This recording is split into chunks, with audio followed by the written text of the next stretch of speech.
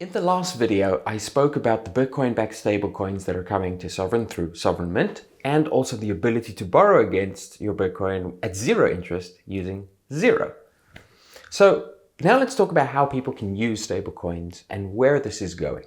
So the first use cases for these stablecoins is just going to be in the Sovryn platform, right? People who are trading Bitcoin to dollars or ETH or SOV to dollars, they can now hold their assets when they are short in dollars and long in SOV or BTC, right? So they can trade between these two assets. Other people can borrow these stablecoins to go long BTC, which means that other people can lend these stablecoins and start earning interest on them. But there are already teams that are working to integrate off-ramps, fiat off-ramps to Sovryn. And what that would mean is that you can start treating Sovryn really as a bank account where you can earn high interest and where you can keep complete control of your funds. So now let's say you want to withdraw, right? You withdraw directly to your bank account and pay your rent.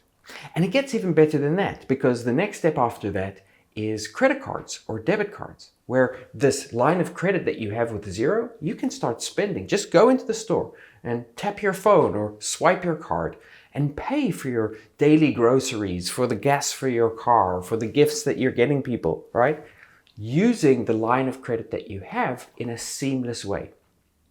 And eventually what's going to happen is that companies like Cash App, Square, and eventually everyone are going to simply directly integrate with this, allowing you to directly spend your balance, which is held with the financial operating system, which is Sovryn, collateralized by Bitcoin, completely controlled by you, but a world in which you can spend stablecoins instead of spending dollars, and nobody needs to know the difference. So let's summarize. Over the next few weeks, we're going to see Sovryn Mint and Zero come to Sovryn. Soon after that, we'll start to see the first fiat on-ramps. Sometime after that, we'll start to see debit and credit cards. And, in a few years, we'll have the ability to directly use crypto in any store you go to anywhere in the world. So what does the user journey look like when that happens? You have Bitcoin, you hold it with Sovryn, and you create a line of credit. Now you go to the store, you take your phone out, and you pay for a cabbage and a banana. You paid for this cabbage and a banana with money that came from where? It didn't come from the Fed, and it wasn't your Bitcoin.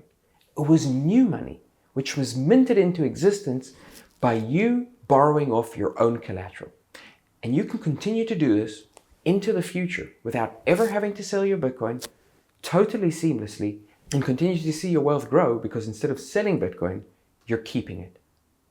Sovryn is going to provide the ultimate hodl. Never sell your Bitcoin again.